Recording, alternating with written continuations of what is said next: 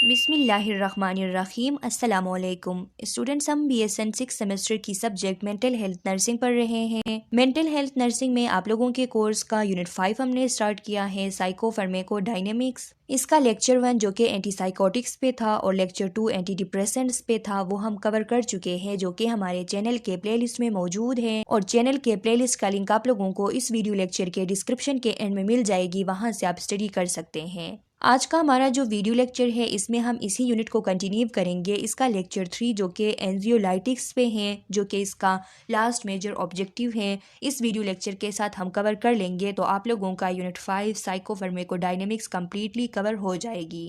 तो students start लेते हैं। एंजियोलाइटिक्स की अगर हम बात करते हैं तो आप लोगों को ये नेम्स सुन के ही समझ आ गई हैं कि ये ऐसे मेडिकेशंस होंगे जो कि एंजाइटी के कंडीशन को ट्रीट करने के लिए होंगे। अब एंजाइटी की जब हम बात करते हैं तो एंजाइटी नॉर्मली हर एक इंसान को फील हो सकती हैं। ये जो हमारे डेली लाइफ में जो नॉर्मल स्ट्रेसेस होती हैं, तो उनके लिए हर एक इंसान नॉर्मली एंजाइटी रिस्पॉन्स शो कर सकता है, लेकिन वो शॉर्ट टाइम के लिए होती हैं, खुद से वो सबसाइड हो जाती हैं। कभी कभार इस तरह होता है कि या तो हमारे इन्वायरमेंट के अंदर कोई स्ट्रेस आ जाती है और उस स्ट्रेस के लिए हम ओवर एंजाइटी रिस्पॉन्स शो करते हैं। Over anxiety response in a sense के हमारा एंजाइटी रिस्पॉन्स जो है वो प्रोलॉन्ग कर जाता है, बहुत ज़्यादा वक्त तक वो फिर सबसाइड नहीं होता, वो इतनी ज़्यादा स्ट्रेस की बात नहीं होती जिसके लिए हमने इतनी ज़्यादा जो है एंजाइटी रिस्पॉन्स शो की होती हैं और वो फिर ठीक नहीं हो रही होती हैं। या फिर इस तरह होता है कि इन्वायरमेंट में कोई ऐसा स्ट्रेस होता ही नहीं है जिसके लिए एंजाइटी रिस्पॉन्स स्टार्ट हो, लेकिन हमारा एक एंजाइटी रिस्पॉन्स वैसे ही स्टार्ट हो जाता है, हमें पता ही नहीं होता कि इसकी वजह क्या है और इंसान एक एंजाइटी के कंडीशन में होता है। तो इस किस्म की जो एंजाइटी होती है जिसकी वजह जो है वो बहुत छोटी मोटी सी होती है और जो हमारा रिस्पॉन्स होता है वो बहुत ज़्यादा होता है और प्रोलॉन्ग टाइम के लिए होता है, तो फिर ये एंजाइटी डिसऑर्डर्स की शक्ल इख्तियार कर लेती हैं और फिर ये खुद से सबसाइड नहीं होती, इसके लिए फिर मैनेजमेंट करनी पड़ती है। अब यहाँ पे एंजाइटी डिसऑर्डर्स का मैंने नाम लिया, तो एंजाइटी डिसऑर्डर्स की अगर हम बात करते हैं तो ये group of mental health conditions होते हैं कि जिनमें एक्सेसिव और परसिस्टेंट वरी, फियर और नर्वसनेस होती हैं। यानी एक इंसान जो है वो बहुत ज़्यादा तौर पे एक्सेसिवली और परसिस्टेंटली उसको एक फियर होती है, एक वॉरीनेस वो फील करता है, एक नर्वसनेस वो फील करता है। और ये जो उसकी फीलिंग ऑफ नर्वसनेस, वॉरीनेस, फियरनेस है, ये क्या करती है, उसके जो डेली लाइफ के जो फंक्शन हैं उनके साथ इंटरफियर करती हैं और वो बंदा, उसकी जो ओवरऑल वेल बीइंग होती हैं वो फिर नेगेटिवली अफेक्ट होती हैं। तो इनको हम कहते हैं एंजाइटी डिसऑर्डर्स और इनको ट्रीट करने के लिए हम जो मेडिकेशंस यूज़ करते हैं तो उनको कहा जाता है एंजायोलाइटिक्स या फिर इनको एंजियोलाइटिक्स आप कह सकते हैं। तो यहाँ पे अगर मैं बात करूँ ऐसे ड्रग्स की जो कि एंजाइटी को ट्रीट करने के लिए एडमिनिस्टर किए जाते हैं, तो उनमें बेंजोडाइजेपिन्स है जो कि बहुत ज़्यादा कॉमनली यूज़ होते हैं। बेंजोडाइजेपिन्स के अंदर डायज़ेपाम, अल्प्राजोलाम, लोराज़ेपाम, इनका नाम आप लोगों ने सुना होगा। ये एक ग्रुप है बेंजोडाइजेपिन्स का जो कि कॉमनली यूज़ होता है एंजाइटी डिसऑर्डर्स को ट्रीट करने के लिए। एसएसआरआईज़ हैं, एसएनआरआईज़ हैं जो कि बेसिकली एंटी डिप्रेसेंट्स है, लेकिन वो भी एंजाइटी को ट्रीट करने के लिए, एंजाइटी डिसऑर्डर्स को ट्रीट करने के लिए यूज़ किए जाते हैं। इसके अलावा बीटा ब्लॉकर्स भी यूज़ होते हैं। इसके अलावा एक यूनिक क्लास होती है एंजियोलाइटिक्स की जो कि एजापिरोन के नाम से जाना जाता है। एजापिरोन्स जो होते हैं इनका थोड़ा मैकेनिज्म ऑफ एक्शन बाकी के जो एंजियोलाइटिक्स है इनसे थोड़ा अलग होता है, इसीलिए इनको यूनिक क्लास ऑफ एंजियोलाइटिक्स भी कहा जाता है। इसके अंदर जो कॉमनली यूज़ होने वाली एजेंट है वो बुस्पिरोन है। बुस्पिरोन को भी एक यूनिक एंजियोलाइटिक्स इसलिए कहा जाता है क्योंकि इनका मैकेनिज्म ऑफ एक्शन थोड़ा बहुत इन बाकी के जो एंजियोलाइटिक्स ड्रग्स है इनसे थोड़ा अलग होता है और ये कॉमनली जो जनरलाइज्ड एंजाइटी डिसऑर्डर हैं उसको ट्रीट करने के लिए यूज़ होते हैं। अब आप लोगों को पता है कि एंजाइटी डिसऑर्डर्स के अंदर डिफरेंट एंजाइटी डिसऑर्डर्स होती हैं जो कि हम बहुत डिटेल के साथ डिस्कस कर चुके हैं आप लोगों के यूनिट 7 के लेक्चर 1 के अंदर, जो डिसफंक्शनल एंजाइटी डिसऑर्डर्स पे था उसके अंदर, जो कि जिसमें हमने पढ़ा था कि जनरलाइज्ड एंजाइटी डिसऑर्डर होती हैं, पैनिक डिसऑर्डर्स होते हैं, उसके डिफरेंट टाइप्स हमने डिस्कस किए थे, सोशल एंजाइटी हमने डिस्कस की थी, स्पेसिफिक फोबियाज हमने डिस्कस की थी। तो ये जितने भी एंजाइटी डिसऑर्डर्स हैं इनको ट्रीट करने के लिए जो मेडिकेशंस यूज़ किए जाते हैं तो इनको एंजियोलाइटिक्स कहा जाता है, जिनके अंदर बेंजोडाइजेपिन्स हो गए, एसएसआरआईज, एसएनआरआईज और बीटा ब्लॉकर्स और एजापिरोन्स का जो ग्रुप है ये कॉमनली यूज़ होते हैं। तो ये चीज़ें आप लोगों ने याद रखनी है। अब यहाँ पे इनकी मैकेनिज़्म ऑफ एक्शन जो होती हैं एंजियोलाइटिक्स के, तो इसको समझने के लिए, इनके मैकेनिज़्म ऑफ एक्शन को समझने के लिए आप लोगों को गाबा जो कि एक न्यूरोट्रांसमीटर होती है उसके बारे में समझना आप लोगों के लिए ज़रूरी है। गाबा गामा एमाइनो ब्यूटेरिक एसिड जैसे कि न्यूरोट्रांसमीटर्स है, डोपामीन है, इसके अलावा सेरोटोनिन है, नॉरएपिनेफ्रिन है, जैसे ये सब न्यूरोट्रांसमीटर्स है। इसी तरह गाबा जो कि गामा एमाइनो ब्यूटेरिक एसिड, इसको हम गाबा कहते हैं शॉर्टली, तो ये भी एक न्यूरोट्रांसमीटर है। अब फ़र्क इतना है कि ये जो नॉरएपिनेफ्रिन है, डोपामीन है, सेरोटोनिन है, ग्लूटामेट है, ये एक्साइटेटरी न्यूरोट्रांसमीटर्स हैं। और जहां हम गाबा की बात करते हैं तो गाबा एक इनहिबिटरी न्यूरोट्रांसमीटर है। इसका इनहिबिटरी एक्शन होता है हमारे ब्रेन के अंदर। अब इनहिबिटरी एक्शन इसका क्या होता है, तो गाबा जो है वो एक इनहिबिटरी न्यूरोट्रांसमीटर है। इसका मतलब ये है कि ब्रेन के अंदर इसका इनहिबिटरी एक्शन है। ये जो नर्व सेल्स के अंदर सिग्नलिंग होती है, सिग्नल्स की फायरिंग होती है, तो उसको रिड्यूस करती हैं। अब इसका ये इनहिबिटरी जो एक कंडीशन होता है ये इसलिए ज़रूरी होता है क्योंकि हमारे ब्रेन के अंदर बैलेंस्ड और कंट्रोल जो कम्युनिकेशन होती है न्यूरॉन्स की आपस में, तो उसको मेंटेन रखने के लिए, न्यूरोनल एक्टिविटी को मेंटेन रखने के लिए, उसको एक कंट्रोल में रखने के लिए ये इनहिबिटरी एक्शन बहुत ज़्यादा ज़रूरी होता है। तो ये इनहिबिटरी एक्शन मेजरली जो न्यूरोट्रांसमीटर है इनहिबिटरी न्यूरोट्रांसमीटर्स में से, तो वो गाबा है। अब यहाँ पे हम गाबा को इसलिए डिस्कस कर रहे हैं क्योंकि हम आगे जो ड्रग्स डिस्कस करने वाले हैं एंजियोलाइटिक्स के अंदर, तो वो ड्रग्स जो है वो जाके गाबा की एक्टिविटी को इन्हांस करते हैं। इन पे गाबा के रिसेप्टर्स पे इन ड्रग्स का एक्शन होता है और उस एक्शन की वजह से जाके वो इस एबल होते हैं कि इनहिबिटरी जो एक्शन होती है उसको इंक्रीज़ कर सके और न्यूरोनल जो हाइपर एक्साइटेबिलिटी होती है उसको डिक्रीज़ कर सके। और उसको जब डिक्रीज़ कर देते हैं तो तब जाके जो एंजाइटी के जो सिम्टम्स होते हैं वो सबसाइड हो जाते हैं और एंजाइटी जो है वो ट्रीट हो जाती हैं। अब यहाँ पे गाबा आप लोगों ने अभी समझ लिया गाबा के बारे में। अब इसके जो रिसेप्टर्स हैं उनके बारे में आप लोगों को पता होना ज़रूरी है। गाबा के जो रिसेप्टर्स हैं उसके सब टाइप्स में से दो उसके मेन सब टाइप्स हैं, गाबा ए रिसेप्टर्स और गाबा बी रिसेप्टर्स। अब ये आप लोगों को याद हो कि गाबा जो है उसके रिसेप्टर्स में दो मेजर कैटेगरी जो उसके रिसेप्टर्स की हैं, तो वो गाबा ए रिसेप्टर्स और गाबा बी रिसेप्टर्स हैं। गाबा ए रिसेप्टर्स और गाबा बी रिसेप्टर्स दोनों गाबा के रिसेप्टर्स हैं। अब इनमें फ़र्क ये होता है कि जो गाबा ए रिसेप्टर है वो अपना एक्शन कुछ इस तरीके से करता है कि जब गाबा ए रिसेप्टर्स एक्टिवेट हो जाती हैं तो इनके एक्टिवेशन के बाद इनका एक्शन ये होता है कि जो क्लोराइड चैनल है क्लोराइड आयन के लिए, तो वो ओपन हो जाते हैं और क्लोराइड आयन जो है उसको अलाव हो जाती है कि वो न्यूरॉन के अंदर चली जाती हैं। जब क्लोराइड आयन न्यूरॉन के अंदर चली जाती हैं तो इसकी वजह से वहाँ पे हाइपर पोलराइजेशन हो जाती हैं। जब हाइपर पोलराइजेशन हो जाती है, हाइपर पोलराइज स्टेट जो है वो अचीव हो जाती हैं, तो डीपोलराइजेशन अब नहीं हो सकती। अब वो सेल इस एबल नहीं होती कि उसमें डीपोलराइजेशन हो, और जब डीपोलराइजेशन नहीं होती तो वहाँ पे जो एक्साइटेबिलिटी थी, जो फायरिंग हो रही थी इम्पल्सिस की, वो अब स्लो डाउन हो जाती हैं और ये एक इनहिबिटरी इफेक्ट होती हैं। तो जो गाबा ए रिसेप्टर्स हैं वो अपने इनहिबिटरी इफेक्ट वो किस तरीके से करते हैं, वो इनहिबिटरी इफेक्ट को इन्हेंस इस तरीके से करते हैं कि वो क्लोराइड आयन चैनल को ओपन कर देती हैं, क्लोराइड आयन की हाइपर इन्फ्लक्स हो जाती है, हाइपर इन्फ्लक्स की वजह से हाइपर पोलराइजेशन हो जाती है, जिसकी वजह से डीपोलराइजेशन रुक जाती है और इनहिबिटरी इफेक्ट स्टार्ट होता है। अब यहाँ पे जो बेंजोडाइजेपीन्स है और बारबिचुरेट्स है वो ऐसे ड्रग्स हैं जो कि जाके गाबा ए रिसेप्टर को मॉड्यूलेट करती हैं, गाबा ए रिसेप्टर को एक्टिवेट करती हैं, और गाबा ए रिसेप्टर जब एक्टिवेट हो जाते हैं तो ये इस तरीके से अपना इनहिबिटरी एक्शन जो है उसको स्टार्ट कर देते हैं। अब जो गाबा बी रिसेप्टर्स हैं, तो गाबा बी रिसेप्टर्स का थोड़ा इनका भी यही काम होता है कि ये जो इनहिबिटरी एक्टिविटी है उसको इन्हांस करते हैं, लेकिन इनका मैकेनिज्म थोड़ा बहुत चेंज होता है गाबा ए रिसेप्टर से। ये क्या करते हैं, गाबा बी रिसेप्टर जाके एक्टिवेट कर देते हैं जी कपल प्रोटीन को।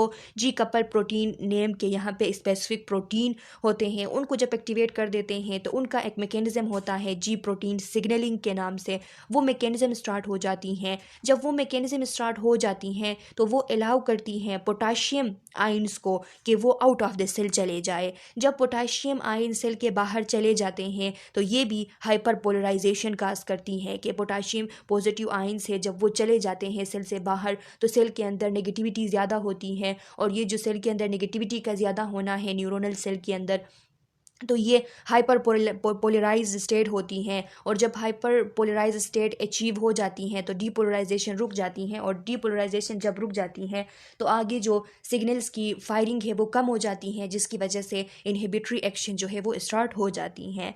तो ये थोड़ा सा एक डिफरेंस है गाबा ए रिसेप्टर्स और गाबा बी रिसेप्टर्स में। आप मेन ड्रग्स में से जो यहाँ पे एंजाइलोटिक्स के अंदर अगर हम बात करें तो बेक्लोफेन है। बेक्लोफेन एक मसल रिलैक्सेंट होती हैं जो कि ये भी एक असल में ये एंजियोलाइटिक्स नहीं है, ये एक मसल रिलैक्सेंट है, लेकिन ये भी एज ए एंजियोलाइटिक्स के तौर पे दी जाती हैं बेक्लोफेन जो है। तो ये ज़्यादातर जाके गाबा बी रिसेप्टर जो है इनको एक्टिवेट करती हैं। इनका बेक्लोफेन जो है इसका गाबा ए रिसेप्टर पे कोई इतना ज़्यादा काम नहीं होता। ये बात आप लोगों ने याद रखनी है। मैं भी एमसीक्यूज़ में आप लोगों से इन चीज़ों के बारे में कोई कंसेप्चुअल एमसीक्यूज़ पूछी जा सकती हैं। अब आते हैं आप लोगों के स्लाइड्स की तरफ। स्लाइड्स में लिखा हुआ है site and structure of action.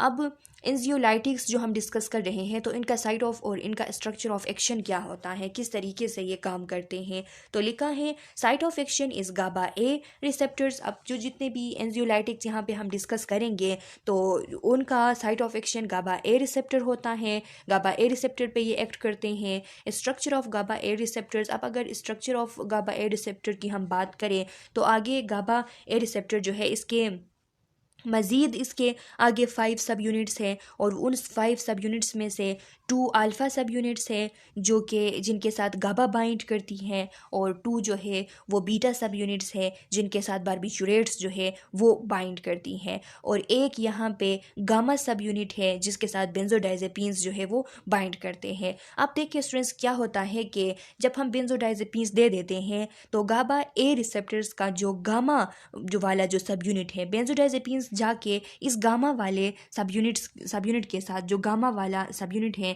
इसके साथ अटैच हो जाते हैं। जब बेंजोडाइजेपिन्स जाके इस गामा वाले सब यूनिट के साथ अटैच हो जाते हैं तो ये इसकी वजह से जो गाबा न्यूरोट्रांसमीटर जो है वो एक्टिवेट हो जाती हैं, और वो आके ये जो 2 अल्फ़ा सब यूनिट्स हैं इनके साथ अटैच हो जाती हैं और अपना एक्शन स्टार्ट कर लेती हैं। इसी तरह जब हम बारबिचुरेट्स दे देते हैं तो बारबिचुरेट्स जाके ये जो 2 बीटा सब यूनिट्स है इनके साथ अटैच हो जाती हैं गाबा ए रिसेप्टर के जो 2 बीटा सब यूनिट्स है इनके साथ।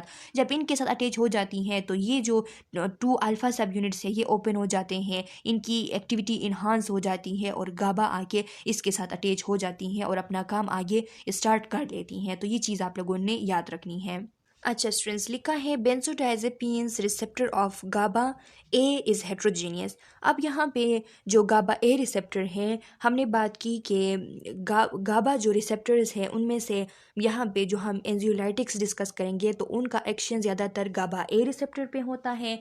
अब गाबा ए के अंदर हमने कहा कि इनका एक सब यूनिट होता है जिसे हम गामा सब यूनिट कहते हैं, तो उस पे बेंजोडाइजेपिन्स का एक्शन होता है। अब इसके लिए नेम हम क्या यूज़ करते हैं, गाबा ए गामा नेम हम यूज़ करते हैं। देखिए स्टूडेंट्स यहाँ पे इसको डिनोट भी किया गया है। देखिए गाबा ए गामा, ये इस पे एक्शन बेंजोडाइजेपिन्स का होता है।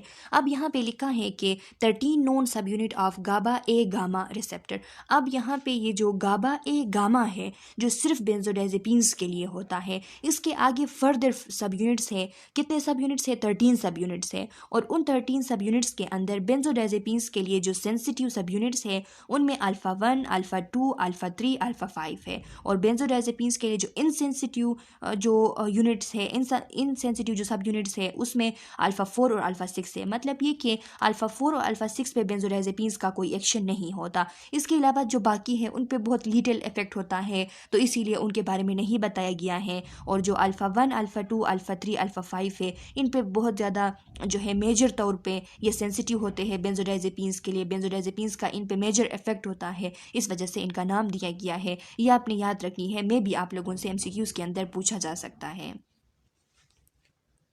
Properties of GABA A receptors. GABA A receptors की प्रॉपर्टीज़ अगर हम देखें तो लिखा है कि myo relaxant motor impairing and anxiolytic like properties thought to be mediated by alpha 2, alpha 3 and or alpha 5 सब यूनिट्स। यानी ये क्या करती हैं, ये जो गाबा ए रिसेप्टर्स में भी गाबा ए रिसेप्टर की जो सब यूनिट जो गाबा ए गामा है उसकी हम बात कर रहे हैं, तो उसकी इफ़ेक्ट क्या होते हैं जब ये एक्टिवेट हो जाती हैं। तो मायोरिलैक्सेंट हैं। मायोरिलैक्सेंट मीन्स के ये मसल्स को रिलैक्स करती हैं, रिलैक्सेशन मसल्स के अंदर काज करती हैं। इसके अलावा मोटर इम्पेयरिंग होती हैं। अब ये जो मोटर इम्पेयरमेंट है ये इसके साइड इफ़ेक्ट्स में आती हैं जब हम ऐसे ड्रग्स दे देते हैं जो कि गाबा ए रिसेप्टर को एक्टिवेट करती हैं, तो उनका एक साइड इफ़ेक्ट होता है मोटर इम्पेयरमेंट। ये इसलिए होता है क्योंकि जब गाबा ए की एक्टिवेशन हो जाती है तो इनके एक्टिवेशन की वजह से जो सेंट्रल नर्वस सिस्टम है तो उसमें मोटर इम्पेयरमेंट इसलिए होती है क्योंकि जो न्यूरोनल एक्टिविटी है इसको ये कम करती है, उस पर इसका इनहिबिटरी एक्शन होता है। और ये जो इनहिबिशन है इसकी वजह से जो सिग्नलिंग है मोटर पाथवेज के अंदर वो कम हो जाती है, और मोटर पाथवे के अंदर जब सिग्नलिंग कम हो जाती है तो जो मसल कोऑर्डिनेशन और कंट्रोल है वो इफ़ेक्ट हो जाती है, और इसको फिर हम कहते हैं कि ये मोटर इम्पेयरमेंट है। तो होता क्या है इससे कि मूवमेंट जो है वो स्लो हो जाती हैं, कोऑर्डिनेशन जो है वो डिक्रीज़ हो जाती हैं, यानी मोटर स्किल्स जो है वो ओवरऑल उन पे इम्पेक्ट होता है, वो रिड्यूस हो जाते हैं। तो इसको हम मोटर इम्पेयरमेंट कहते हैं। ये साइड इफ़ेक्ट के तौर पे सामने आता है जब गाबा ए रिसेप्टर्स एक्टिवेट हो जाते हैं, और एंजियोलाइटिक प्रॉपर्टीज़ इनके हैं, एंजाइटी को सबसाइड कर देते हैं, और मेनली अल्फ़ा 2, अल्फ़ा 3 और अल्फ़ा 5 सब यूनिट्स गाबा ए गामा के जब एक्टिवेट हो जाते हैं तो उनके ये इफ़ेक्ट्स होते हैं। अब यहाँ पे लिखा है benzodiazepines acting on alpha 2, alpha 3 और अल्फा 5 सब unit but not alpha 1 have demonstrated non-sedative, non-amnesic, anxiolytic properties। अब जो बेंजोडाइजेपिन्स है, बेंजोडाइजेपिन्स की अगर हम बात करें तो बेंजोडाइजेपिन्स अल्फ़ा 2 पे एक्ट करती हैं, अल्फ़ा 3 पे एक्ट करती हैं, अल्फ़ा 5 पे एक्ट करती हैं। अल्फ़ा 1 पे बेंजोडाइजेपिन्स एक्ट नहीं करती, इस वजह से बेंजोडाइजेपिन्स जो है इनकी वजह से कोई सेडेशन नहीं होती, इनकी नॉन सेडेटिव प्रॉपर्टीज़ हैं, इनके नॉन एमनेजिक प्रॉपर्टीज़ हैं, इनके सिर्फ एंजियोलाइटिक प्रॉपर्टीज़ है। इनकी वजह से एमनीजिया काज नहीं होती, इनकी वजह से सेडेशन काज नहीं होती। अब जो अल्फ़ा 1 रिसेप्टर्स हैं, अगर कोई ऐसा ड्रग हो जो कि अल्फ़ा 1 रिसेप्टर्स को भी एक्टिवेट करे तो उसकी वजह से क्या होगा, जब अल्फ़ा 1 रिसेप्टर एक्टिवेट हो जाती हैं तो इसकी वजह से सेडेशन होती हैं, सेडेटिव इफ़ेक्ट इसके होते हैं, एमनेजिक इफ़ेक्ट होती हैं और मसल रिलैक्सेंट इफ़ेक्ट होती हैं। और ये जो एमनीजिया यहाँ पे होता है ये तो टेम्पररी ये एमनीजिया होता है, शॉर्ट टर्म जो मेमोरी होती हैं वो लॉस हो जाती हैं। तो ये बात आप लोगों ने याद रखनी है कि बेंजोडाइजेपिन्स जो है उनका अल्फ़ा 1 पे कोई एक्शन नहीं होता, इस वजह से उनके non sedative, non amnesic, anxiolytic properties होते हैं। ड्यूरेशन ऑफ एक्शन की अगर हम बात करें बेंजोडाइजेपिन्स की ड्यूरेशन ऑफ एक्शन की, तो ड्यूरेशन ऑफ एक्शन इसके कुछ बेंजोडाइजेपिन्स ऐसे होते हैं जो कि लॉन्ग एक्टिंग होते हैं। लॉन्ग एक्टिंग में इनका 1 to 3 डेज़, 3 दिनों तक इनका एक्शन जो है वो कंटिन्यू रहता है। तो ऐसे जो ड्रग्स होते हैं इनको हम लॉन्ग एक्टिंग ड्रग्स कहते हैं, जिसमें क्लोराजिपेट है, क्लोरडायजिपोक्साइड है। अब ये आपने याद रखनी है स्टूडेंट्स के, क्लोराजिपेट हो गया, क्लोरडायजिपोक्साइड हो गया, डायजिपाम हो गया, फ्लोराजिपाम हो गया, क्वाजिपेक हो गया। तो ये जितने भी ड्रग्स हैं ये लॉन्ग एक्टिंग बेंजोडाइजेपिन्स के अंदर आती हैं, लॉन्ग एक्टिंग एंजियोलाइटिक्स हैं बेंजोडाइजेपिन्स क्लास के, और इनका जो ड्यूरेशन ऑफ एक्शन है वो 1 to 3 डेज़ है। 1 to 3 डे तक इनका जो एक्शन है वो कंटिन्यू रहता है। अब अगर बात करें इंटरमीडिएट एक्टिंग की, तो जो इंटरमीडिएट एक्टिंग बेंजोडाइजेपिन्स होते हैं तो ये इनकी जो ड्यूरेशन ऑफ एक्शन है वो रेंज करती हैं 6 to 24 आवर्स तक ये काम कर सकते हैं। लेकिन ज़्यादातर मैक्सिमम जो इंटरमीडिएट एक्टिंग बेंजोडाइजेपिन्स होते हैं तो वो 6 to 12 आवर्स तक काम करते हैं। तो मैक्सिमम जो है वो 6 to 12 आवर्स है, लेकिन रेंज कर जाती हैं। इनमें कुछ ड्रग्स ऐसे भी हैं जो कि 6 to 24 आवर्स तक भी काम करते हैं। अब इसमें इसके अंदर कौन कौन से ड्रग्स हैं, अल्प्राजोलाम है, इस्टाजोलाम है, लोराजिपाम है और टीमाजिपाम है। अब ये नेम्स आप लोगों ने याद रखने हैं कि अल्प्राजोलाम हो गया, इस्टाजोलाम हो गया, लोराजिपाम हो गया या फिर टीमाजिपाम हो गया। ये ऐसे ड्रग्स हैं जो कि इंटरमीडिएट एक्टिंग बेंजोडाइजेपिन्स हैं। अब शॉर्ट एक्टिंग की अगर हम बात करें तो जो शॉर्ट एक्टिंग बेंजोडाइजेपिन्स है तो ये भी रेंज करती हैं 2 to 6 आवर्स तक ये इनकी ड्यूरेशन ऑफ एक्शन होती हैं, लेकिन जो ज़्यादातर मैक्सिमम शॉर्ट एक्टिंग जो ड्रग्स होते हैं तो उनकी 2 to 3 आवर्स तक ड्यूरेशन ऑफ एक्शन होती हैं।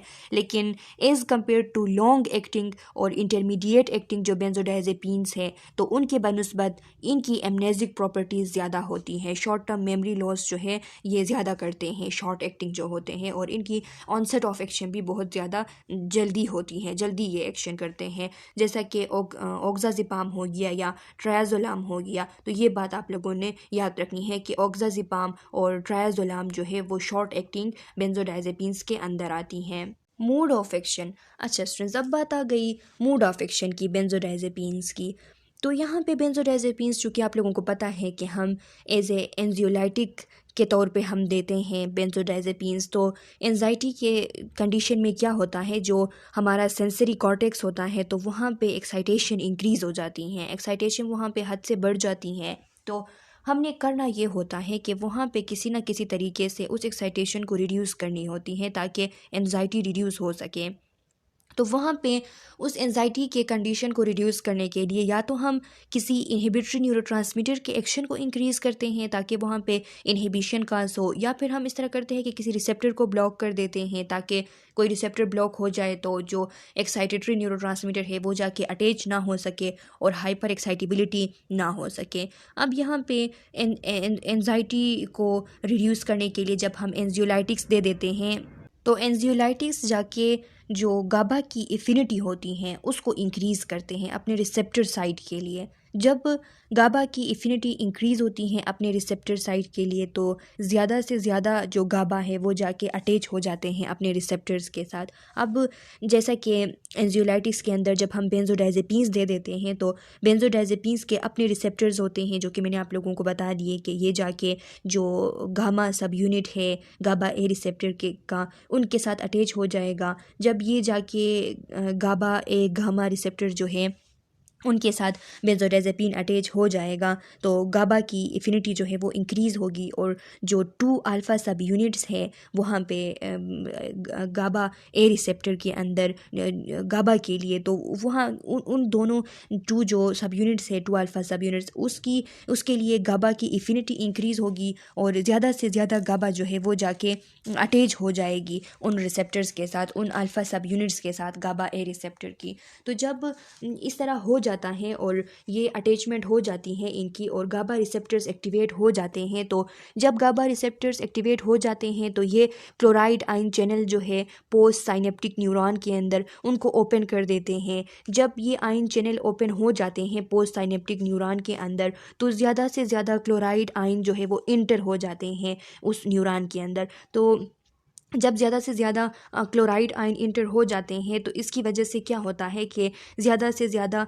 नेगेटिव चार्ज जो है वो उसके अंदर एकमुलेट हो जाती हैं, और ज़्यादा से ज़्यादा नेगेटिव चार्ज एकमुलेट होने का साइनेप्टिक न्यूरॉन के अंदर मतलब ये है कि ये एक हाइपर पोलराइज्ड स्टेट है। अब हाइपर पोलराइजेशन की कंडीशन है कि इनसाइड द सेल क्या हुआ है कि नेगेटिव चार्ज जो है वो बढ़ गई है। अब क्या होगा, डीपोलराइजेशन नहीं होगी, बहुत ज़्यादा डिफ़िकल्ट होगा डीपोलराइजेशन स्टार्ट होने के लिए। तो इसकी वजह से जो न्यूरॉन्स की जो फायरिंग है, जो हाइपर एक्साइटेबिलिटी है वो रिड्यूस हो जाएगी, और इस न्यूरोनल हाइपर एक्साइटेबिलिटी के रिड्यूस होने की वजह से काल्मिंग इफेक्ट जो है वो स्टार्ट होंगे और एंजाइटी जो है वो सबसाइड हो जाएगी। तो ये पूरा एक मैकेनिज्म ऑफ एक्शन है बेंजोडाइजेपिन्स का। देखिए यहाँ आप लोगों के स्लाइड्स के ऊपर भी लिखा है, increases affinity of GABA for its receptor site. GABA को उसकी रिसेप्टर साइट के लिए एफिनिटी उसकी बढ़ा देती हैं।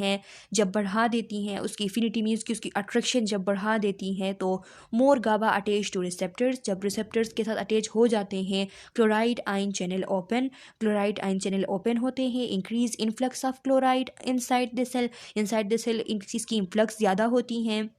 जब ज़्यादा होती हैं, नेगेटिव चार्ज जब ज़्यादा हो जाती हैं तो cell hyperpolarized and become difficult for depolarization. Cell की हाइपर पोलराइजेशन हो जाती हैं और डीपोलराइजेशन के लिए अब डिफ़िकल्ट है, डीपोलराइजेशन अब नहीं होती, तो इस वजह से न्यूरोनल एक्साइटेबिलिटी जो है वो रिड्यूस हो जाती हैं, वो डिक्रीज़ हो जाती हैं। अब इसके एक्शंस देख ले, इसके क्या एक्शंस होते हैं। तो जब इस तरह होता है, न्यूरोनल एक्साइटेबिलिटी जब रिड्यूस हो जाती हैं तो एंजाइटी में रिडक्शन आती है। इसके अलावा कुछ सेडेटिव हिप्नोटिक एक्शन इसके होते हैं जो रास सिस्टम है, तो वहाँ पे जब ये अपना एक्शन शो करता है बेंजोडाइजेपिन्स, वो जब एक्टिवेट हो जाती हैं तो उसके सेडेटिव एंड हिप्नोटिक्स एक्शन इसके हो जाते हैं। सेडेशन, कुछ नींद जो है वो बंदे को आने लगती हैं। एंटी कन्वल्सेंट इफेक्ट भी इसका है। एंटी कन्वल्सेंट इफेक्ट इसका इन ए सेंस के ये जाके जो प्राइमरी मोटर कॉर्टेक्स है तो वहाँ पे जाके वहाँ पे हाइपर जो एक्साइटेशन है तो उसको रिड्यूस कर देती हैं, क्योंकि जब प्राइमरी मोटर कॉर्टेक्स के अंदर न्यूरॉन हाइपर एक्साइटेड हो जाते हैं तो इसकी वजह से कन्वर्जन होती है, इसकी वजह से फिट्स आने स्टार्ट होते हैं। तो जब हम एंजियोलाइटिक्स दे देते हैं, जैसे कि बेंजोडाइजेपिन्स जब हम दे देते हैं, तो ये कॉमनली एंटी कन्वर्सेंट के तौर पर बेंजोडाइजेपिन्स के अंदर डायज़ेपाम दिया जाता है। तो डायज़ेपाम जाके गाबा रिसेप्टर्स को एक्टिवेट कर देती हैं मोटर कॉर्टेक्स के अंदर, और वहाँ पे जब गाबा रिसेप्टर एक्टिवेट हो जाती हैं तो वही हाइपर पोलराइज्ड स्टेट होती हैं और डीपोलराइजेशन स्टॉप हो जाती हैं, जिसकी वजह से ओवर एक्टिव मोटर एक्टिविटी जो है वो स्लो डाउन होती है और जो कन्वर्जन जो फिट्स आ रहे होते हैं वो फिर सबसाइड हो जाते हैं। और ये इसके मसल रिलैक्सेंट प्रॉपर्टीज़ भी हैं। एज ए मसल रिलैक्सेंट भी हम डायज़ेपाम जो है वो यूज़ कर सकते हैं बेंजोडाइजेपिन्स के अंदर।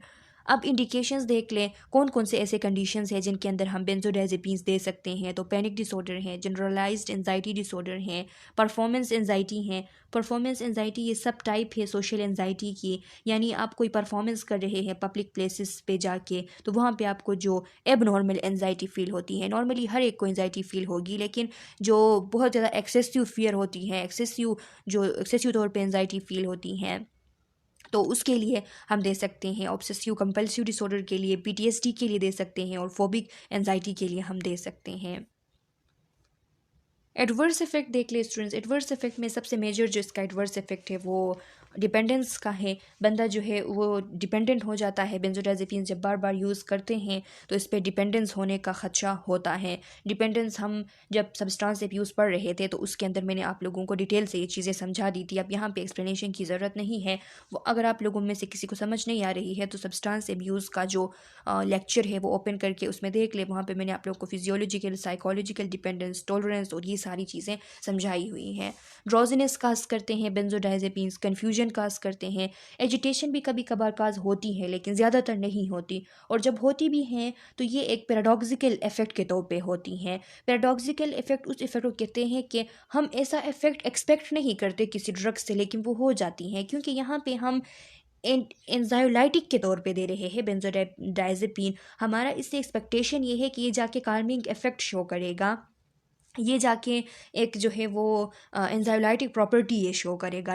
बंदा जो है उसको थोड़ा रेस्ट में वो जाएगा, काल्मिंग इफेक्ट इसके होंगे। लेकिन मे भी ऐसा हो सकता है कि रेस्टलेसनेस और एजिटेशन जो है वो फील हो सकती हैं। अब इसकी जो मैकेनिज़्म है कि क्यों एजिटेशन या एजिटेशन आप कह लें क्यों काज करती हैं, तो इसकी जो एग्जैक्ट मैकेनिज़्म है वो अभी तक अननोन है, सही तरीके से अंडरस्टूड नहीं है। लेकिन ये सोचा जाता है कि ये पैराडॉक्सिकल इफेक्ट जो है इंडिविजुअल डिफरेंसेस के ऊपर ये पैराडॉक्सिकल इफेक्ट शो होती हैं। तो ज़रूरी नहीं है कि हर किसी को हो, लेकिन एडल्ट्स पे, यंग एडल्ट्स जो होते हैं उन पे ज़्यादातर जब यूज़ किए जाते हैं तो उनके अंदर एजिटेशन काज होती हैं। जैसे कि एंटी डिप्रेसेंट्स भी जब उनको दिए जाते थे तो सुसाइडल थॉट्स, रिस्की बिहेवियर्स और एजिटेशन उनमें काज होती थी। इसी तरह यहाँ पे भी एंजियोलाइटिक्स में भी उनमें agitation as a paradoxical effect के तौर पे काज हो सकती हैं। एटेक्सिया होती हैं। एटेक्सिया इसलिए होती हैं क्योंकि एटेक्सिया कहते किसे है, जो एटेक्सिक गेट या एटेक्सिया यानी वो अपने आपको बैलेंस अपना नहीं कर पाते, अपने मूवमेंट को, इम्बैलेंस मूवमेंट उनकी होती हैं, कोऑर्डिनेशन उनकी ठीक नहीं होती, तो ये एटेक्सिया कहलाती हैं। तो ये बैलेंस में थोड़ी इरेगुलरिटी आ जाती है इनहिबिटरी इफेक्ट की वजह से, तो इसीलिए। और कॉग्निटिव इम्पेयरमेंट हो जाती हैं। कॉग्निटिव इम्पेयरमेंट इसलिए होती हैं कि जो प्री फ्रंटल कॉर्टेक्स हैं तो वहाँ पे प्री फ्रंटल कॉर्टेक्स के न्यूरॉन के अंदर जब वो सप्रेस्ड हो जाते हैं तो इसीलिए कॉग्निटिव इम्पेयरमेंट हो जाती हैं। और एमनीजिया भी इसी वजह से होती हैं। जब न्यूरॉन्स के अंदर हाइपर पोलराइज्ड स्टेट होती हैं, तो उस टाइम डीपोलराइजेशन नहीं होती हैं। डीपोलराइजेशन के अंदर जो फायरिंग हो रही होती हैं सिग्नलिंग की, तो वो नहीं हो रही होती हैं। तो इस वजह से जो नॉर्मल प्रोसेसेस इन्वॉल्व है मेमोरी बनाने में, जैसे कि इंकोडिंग हो गया या फिर कंसोलिडेशन हो गया, तो उसके साथ इंटरफियर कर जाती हैं और शॉर्ट टाइम मेमोरी लॉस काज करती हैं, जिसे हम एमनीजिया कहते हैं।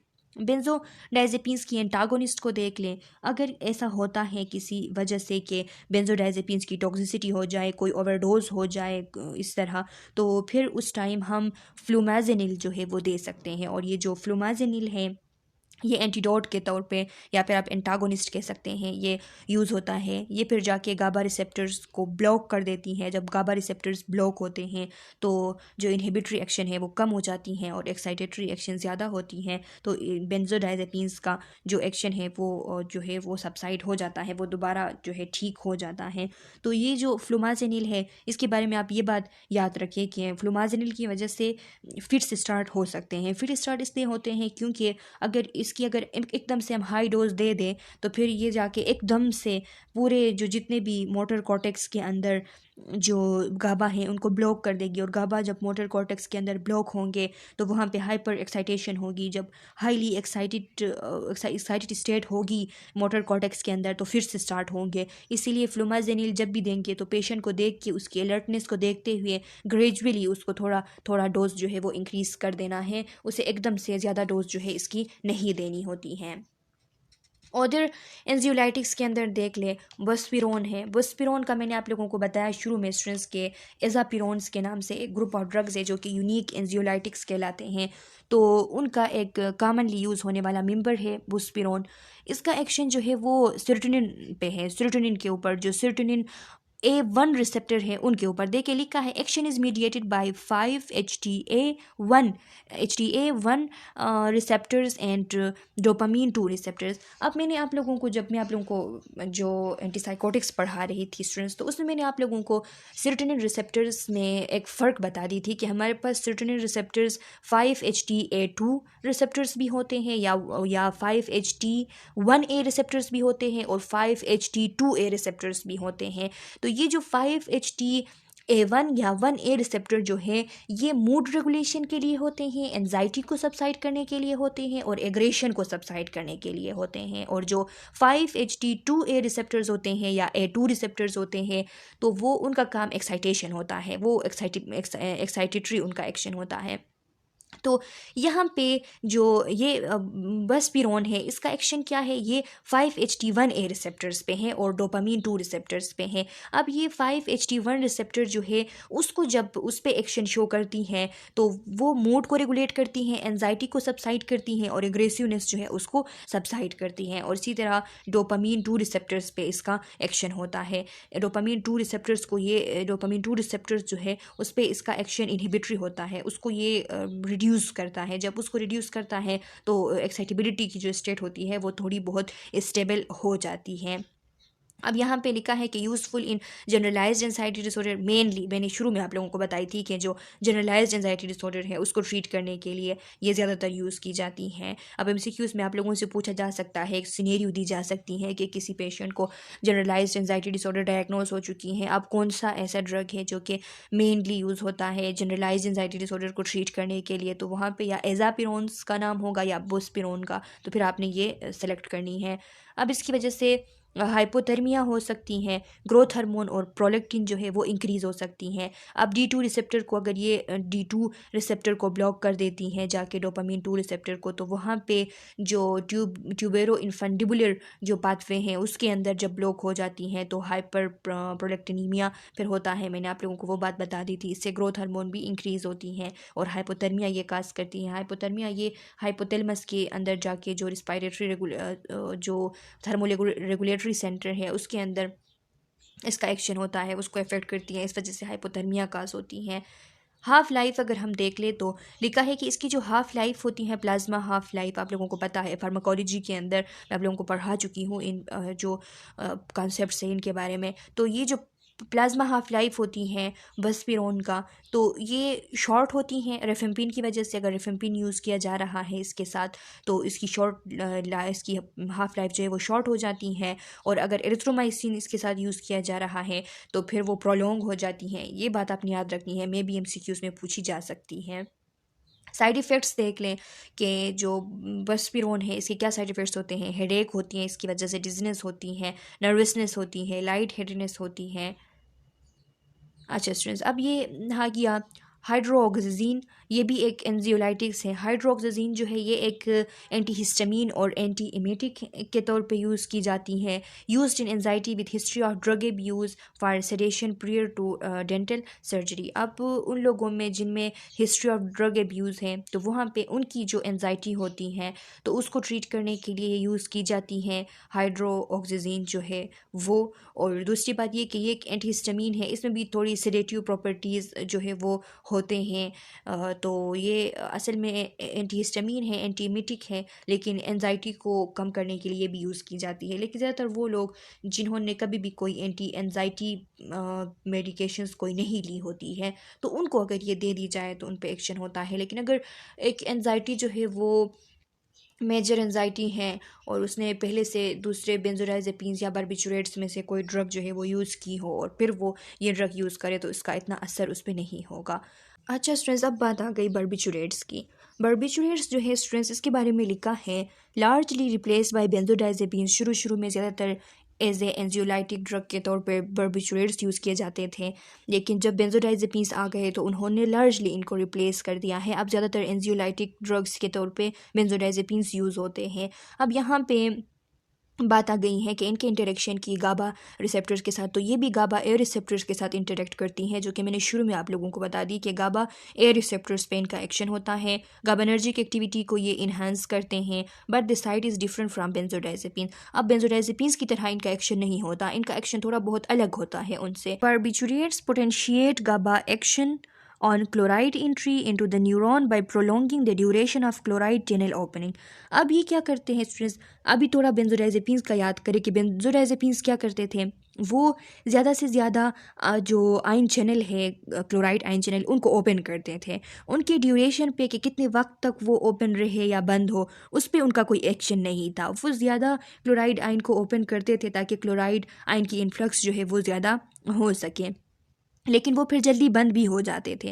लेकिन यहाँ पे क्या होता है कि ये जो बारबिचुरेट्स हैं ये जाके गाबा के एक्शन को कुछ इस तरीके से पोटेंशिएट करते हैं क्लोराइड आयन के एंट्री के ऊपर कि उसकी जो ड्यूरेशन है क्लोराइड आयन चैनल के ओपनिंग की वो इंक्रीज़ होती है। ये उसको सस्टेन रखते हैं, ये उसको खुला रखते हैं। वो जो आयन चैनल ओपन होती हैं क्लोराइड के लिए उसको खुला रखते हैं, तो जितने ज़्यादा वक्त तक वो खुला रहेगा उतने ज़्यादा मकदार में क्लोराइड आयन जो है वो इंटर होंगे, और जितने ज़्यादा मकदार में क्लोराइड आयन इंटर होंगे उतने ज़्यादा मकदार में हाइपर पोलराइज्ड स्टेट होगी। इसके अलावा can block excitatory glutamate receptor. Glutamate एक और न्यूरोट्रांसमीटर है जो कि एक्साइटेटरी न्यूरोट्रांसमीटर है, वो भी एक्साइटेशन काज करती हैं, तो उसके जो रिसेप्टर हैं उनको भी ब्लॉक करने की कैपेबिलिटी होती है बारबिचुरेट्स में, ग्लूटामेट रिसेप्टर को ब्लॉक करती हैं, तो ये एक इनहिबिटरी एक्शन होता है। इसके अलावा anaesthetic concentration of pentobarbital also block high frequency sodium channel, hence decrease neuronal activity. अच्छा स्टूडेंट्स, इस बात को देख लें कि इसकी जो एनेस्थेटिक कंसंट्रेशन होती है, पेंटोबार्बिटाल जो कि एक बारबिचुरेट है, एक मेंबर है बारबिचुरेट्स ग्रुप का, तो इसकी अगर एनेस्थेटिक कंसंट्रेशन दी जाए एनेस्थीजिया के पर्पस के लिए तो ये क्या करेगी, ये जाके जो सोडियम चैनल्स है उनको भी ब्लॉक करती हैं। हाई फ्रिक्वेंसी में जो सोडियम चैनल्स हैं उनको ब्लॉक करती हैं। तो जब हाई फ्रिक्वेंसी में सोडियम चैनल ब्लॉक हो जाते हैं तो न्यूरोनल एक्टिविटी डिक्रीज़ हो जाती है, जिसकी वजह से पेरिफेरीज के अंदर जो सेंसेशन होती है वो लॉस होती है। इसीलिए एनेस्थीज़िया इंडक्शन के लिए ये ड्रग्स जो है वो यूज़ किए जाते हैं एनेस्थीज़िया में, कि ये सोडियम चैनल को जब ब्लॉक करती है तो सेंसेशन नहीं होती है।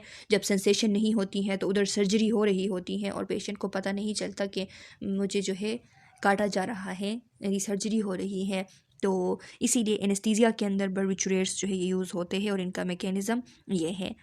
ड्यूरेशन ऑफ एक्शन को अगर देखा जाए तो लॉन्ग एक्टिंग बारबिचुरेट्स हैं जैसा कि फिनोबार्बिटाल है, 1 to 2 डेज़ तक इसकी ड्यूरेशन ऑफ एक्शन होती हैं। शॉर्ट एक्टिंग के अंदर पेंटोबार्बिटाल है, सीकोबार्बिटाल है, एमोबर्बिटाल है। ये बातें आपने याद रखनी है, ये नेम्स नहीं भूलने हैं। इनकी duration of action 3 to 8 hours होती हैं, जो शॉर्ट एक्टिंग होते हैं। और इनमें एक अल्ट्रा शॉर्ट एक्टिंग है, थियोपेंटाल के नाम से आता है। थियोपेंटाल सोडियम भी के नाम से भी ये जाना जाता है। 20 मिनट्स इसकी एक्शन होती हैं, 20 मिनट्स इसकी ड्यूरेशन ऑफ एक्शन होती हैं। तो ये ज़्यादातर एनेस्थीसिया इंडक्शन के लिए यूज़ की जाती हैं। जनरल एनेस्थीसिया के अंदर जो इंडक्शन ऑफ एनेस्थीसिया होता है, इंडक्शन ऑफ एनेस्थीसिया जो स्टार्ट करना होता है, तो उसके लिए यूज़ की जाती हैं एकदम से। फिर आगे उसको सस्टेन रखने के लिए नाइट्रस ऑक्साइड वगैरह भी दिए जाते हैं एनेस्थीसिया को सस्टेन रखने के लिए। लेकिन शुरू में थियोपेंटाल जो है वो दिया जाता है ताकि इसकी एनेस्थीसिया की इंडक्शन जो है वो भरपूर तरीके से और जल्दी हो सके। इस वजह से एक्शंस देख लें। सेडेशन काज करती हैं। सेडेशन मीन्स के जो काल्मिंग इफेक्ट्स होते हैं, एक्साइटमेंट को रिड्यूस करती हैं, इस वजह से सेडेशन काज होती है। हिप्नोसिस या लार्जर डोजेस, अगर डोजेस बहुत ज़्यादा लार्जर डोजेस दी गई तो हिप्नोसिस हो सकती हैं। हिप्नोसिस एक ऐसी स्टेट होती है जो कि डीप देन स्लीप होती है। वहाँ से फिर एराउजल जो है वो मुश्किल होती है, फिर एराउजल वहाँ से, तो उस स्टेट को हिप्नोसिस कहा जाता है। एनेस्थीसिया काज कर सकती हैं। एनेस्थीसिया की अगर जितनी डोज इसकी अगर एनेस्थीसिया के तौर पे दी जाती हैं तो उतना डोज दिया जाए तो एनेस्थीसिया काज कर सकती हैं। कोमा एंड डेथ हो सकती है इसके हाई डोज की वजह से। रिस्पायरेटरी डिप्रेशन इसलिए होती हैं क्योंकि रिस्पायरेटरी सेंटर के अंदर जो गाबा की एक्टिविटी इन्हेंस होती है, तो उस वजह से फिर रिस्पायरेटरी डिप्रेशन हो सकती है। इसके अलावा थेरापेटिक यूजेस देख ले स्टूडेंट्स। थेरापेटिक यूजेस के अंदर एनेस्थीसिया के लिए ultra short acting such as thiopental जो है वो एनेस्थीसिया इंडक्शन के लिए यूज़ की जाती हैं। एंटी कन्वल्सन प्रॉपर्टी भी इनका है, जैसा कि फिनोबार्बिटाल जो है वो टॉनिक क्लोनिक सीजर्स हो गए, या फिर स्टेटस एपिलेप्टिकस जो है उसके लिए यूज़ होती है। या फिर जो इक्लेम्सिया है, इक्लेम्सिया जो high blood pressure during pregnancy की जो कंडीशन होती है जिसे हम प्री क्लेम्सिया कहते हैं, तो वो जब कॉम्प्लिकेटेड हो जाती हैं और उसमें सीजर्स स्टार्ट होते हैं, कन्वर्जन्स हो रहे होते हैं, तो उसको हम इक्लेम्सिया कहते हैं। तो यहाँ पे इसको ट्रीट करने के लिए भी टॉनिक क्लोनिक सीजर्स को या फिर स्टेटस एपिलेप्टिकस को या फिर इक्लेम्सिया को, तो यहाँ पे एज ए एंटी कन्वल्सेंट फिनोबार्बिटाल जो है वो यूज़ होती हैं और एनजाइटी के लिए यूज़ होती हैं। लेकिन अभी इतनी ज़्यादा तौर पे एनजाइटी के लिए इसको यूज़ नहीं किया जाता। बेंजोडाइज़ेपिन्स जो है वो ज़्यादातर यूज़ होती हैं। साइड इफ़ेक्ट्स देख ले तो ड्रॉजीनेस होती हैं, impaired concentration, mental and physical sluggishness, बंदा जो है वो बहुत ज़्यादा वो सजेस्ट हो जाता है, उसको चीज़ें जो है वो सही तरीके से उसमें एनर्जी नहीं होती हैं, लो लेवल ऑफ एनर्जी होती हैं। ड्रग हैंगओवर लाइक सिम्टम्स होते हैं। ड्रग हैंगओवर कहते हैं कि जैसा कि अगर कोई अल्कोहल ड्रिंकर है तो वो अल्कोहल उसने बहुत ज़्यादा आज उसने इंटेक कर ली और रात को वो सो गया, सुबह उठा तो सुबह उठ के फिर रात होने तक फिर अगले दिन भी उसको थोड़ी बहुत जो है वो महसूस होती हैं, उसको तकलीफ़ सी होती है, टायर्डनेस उसको फ़ील होती है, थकावट सी होती है, स्लेजिश उसको फ़ील होती हैं। तो ये इसको कहते हैं ड्रग हैंगओवर। तो इसमें बार्बिचुरेट्स में भी ये होता है। बार्बिचुरेट्स की को यूज़ करने के बाद जब दूसरा दिन तीसरा दिन होता है तो उसमें भी थोड़ा टायर्डनेस और बहुत ज़्यादा जो है नींद आना और स्लेजिश फील करना, तो ये होती हैं, इसलिए इसको ड्रग हैंगओवर कहा जाता है। फ़िज़िकल डिपेंडेंस इस पे हो सकती है, अगर बार बार यूज़ किया जाए तो फिज़िकली बंदा डिपेंड हो जाता है, फिर जब छोड़ देता है तो फिज़िकल सिम्टम्स जो है वो स्टार्ट हो जाते हैं। पॉइजनिंग इसकी हो सकती है। इसके अलावा अदर हिप्नोटिक्स की बात आ गई कि कुछ ऐसे ड्रग्स हैं जो कि एंग्जाइटिस के तौर पे यूज़ होते हैं, लेकिन ज़्यादातर हिप्नोटिक इनका एक्शन होता है, यानी ये बहुत ज़्यादा सेडेटिव होते हैं, नींद जो है वो ये स्टार्ट कर लेते हैं। तो उसमें ज़ोलपीडेम है। ज़ोलपीडेम जो है ये act on the subset of benzodiazepine 1 receptor, जो बेंजोडाइजेपिन्स 1 रिसेप्टर्स है उनके एक सबसेट पे ये एक्ट करते हैं। इनका कोई एंटी कन्वल्सेंट या फिर मसल रिलैक्सेंट इफेक्ट नहीं होता, इनका सिर्फ हिप्नोटिक इफेक्ट होता है। इसके अलावा ज़िलिप्लोन जो है और हिप्नोटिक इफेक्ट की वजह से थोड़ी बहुत एंजाइटी कम हो जाती है, इसीलिए यहाँ पे एज ए एंजियोलाइटिक्स के तौर पे दी गई है। यहाँ पे ज़िलिप्लोन जो है ये भी सेम और ज़ोलपीडेम की तरह ही काम करती हैं। रेमिल्टॉन जो है, रेमिल्टॉन इसके बारे में लिखा है कि ये सिलेक्टिव एगोनिस्ट होता है, जो MT1 रिसेप्टर होते हैं और MT2 रिसेप्टर होते हैं। MT1 और MT2 रिसेप्टर ये मेलेटोनिन रिसेप्टर के सब टाइप्स हैं। मेलेटोनिन तो आप लोगों को पता है स्टूडेंट्स कि ये एक हार्मोन है, पीनियल ग्लैंड से जो रिलीज़ होती हैं और ये जो स्लीप एवेक साइकिल है उसको रेगुलेट करती हैं। तो यहाँ पे जब यहाँ पे stimulation of this receptor in the suprachiasmatic nucleus by melatonin promote sleep and maintain circadian rhythm. इसमें ये होता है कि जब इसकी स्टिमुलेशन होती है MT1 रिसेप्टर की, MT2 रिसेप्टर की, तो फिर मेलाटोनिन जो है वो क्या करती हैं, वो जाके, ये एगोनिस्ट है ना, तो एगोनिस्ट क्या करती है, स्टिमुलेट करती हैं। जब मेलाटोनिन 1 रिसेप्टर 2 रिसेप्टर स्टिमुलेट होगी तो मेलाटोनिन आके इनके साथ अटैच होगी और इनका काम स्टार्ट होगा। जब स्टार्ट होगा तो स्लीप साइकिल जो है वो स्लीप प्रमोट होगी और सर्केडियन रिदम जो है वो फिर रेगुलेट होंगे। तो इस तरह एंजाइटी की कंडीशन थोड़ी बहुत ठीक हो सकती हैं।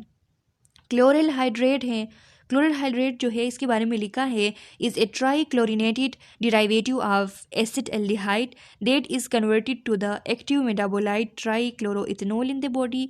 ये क्या हो, ये ट्राई क्लोरिनेटेड डिराइवेटिव है एसिटिल एल्डिहाइड की, जो कि हमारे बॉडी के अंदर जब जाती हैं तो इसकी जो एक्टिव मेटाबोलाइट है वो ट्राई क्लोरोइथेनॉल है।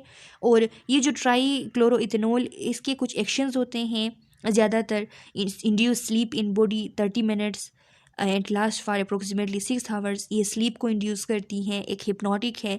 विद इन 30 मिनट्स ये स्लीप को स्टार्ट कर लेती हैं और फिर 6 से 8 9 10 घंटों तक, 12 घंटों तक भी ये फिर इसके असरात रहते हैं। लेकिन इसकी वजह से बहुत ज़्यादा गैस्ट्रिक डिस्ट्रेस होती है, तो इसी वजह से ज़्यादातर यूज़ नहीं की जाती। बहुत ज़्यादा गैस्ट्रिक डिस्ट्रेस इसकी वजह से होती है, फिर पेट जो है वो फूल जाता है और फिर चीज़ें जो है वो फिर बंदे को भूख नहीं लगती और खाना खाता भी है तो फिर वो हज़म नहीं होती। तो इस तरह गैस्ट्रिक इफ़ेक्ट जो है इसके ज़्यादा होते हैं, तो इस वजह से ज़्यादातर ये यूज़ नहीं होती। इसके अलावा एंटीहिस्टामीन्स की अगर हम बात करें तो non prescription antihistamine such as diphenhydramine and doxylamine are effective in treating mild type of insomnia. अगर किसी को माइल्ड टाइप ऑफ इंसोम्निया है, किसी वजह से नींद नहीं आ रही है और वो ज़्यादातर ड्रग यूज़ नहीं करता, इससे पहले उसने कोई ऐसे एंटीहिस्टामीन्स वगैरह ज़्यादातर यूज़ नहीं किए हो, तो उनके लिए एक माइल्ड जो इंसोम्निया होती है उसको ट्रीट करने के लिए एंटीहिस्टामीन यूज़ हो सकते हैं। लेकिन अगर कोई ऐसा बंदा है जो कि ज़्यादातर ये ड्रग पहले से यूज़ कर चुका है तो उस पर इनका कोई असर नहीं होता। इथेनॉल है, इथेनॉल इथाइल अल्कोहल, जो कि एज ए एंजियोलाइटिक और सेडेटिव एक सडेशन के लिए एक यूज़ होने वाली ये भी एक ड्रग है। लेकिन ये अल्कोहल ड्रिंकिंग जो है फिर वो ठीक नहीं है, तो इसकी वजह से अल्कोहलिज़म हो सकती हैं, फिर इस पर एडिक्शन हो सकती हैं।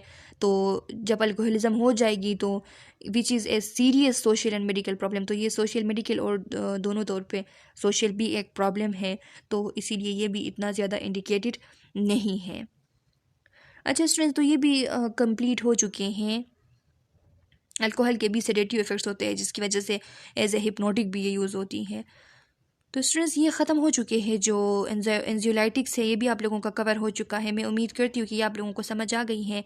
ये इतना ज़्यादा कोई इसमें मुश्किल नहीं है, ये आसान है, इसमें कोई इतनी ज़्यादा कॉन्सेप्ट्स भी नहीं थे, बस सिंपल से कॉन्सेप्ट्स हैं, सिंपल से इनके मैकेनिज़्म ऑफ एक्शन से जो कि मैं आप लोगों को समझा चुकी हूँ। मैं उम्मीद करती हूँ कि आप लोगों को समझ आ गई है। फिर भी कोई क्वेश्चन, कोई कन्फ्यूजन है तो कमेंट सेक्शन में अपना क्वेश्चन डाल लें। मैं नेक्स्ट वीडियो लेक्चर में कोई और यूनिट जब स्टार्ट करूँगी मेंटल हेल्थ का, आप लोगों के कोर्स का, तो उसमें आप लोगों के क्वेश्चन का आंसर करूँगी। तब तक के लिए अल्लाह हाफिज़।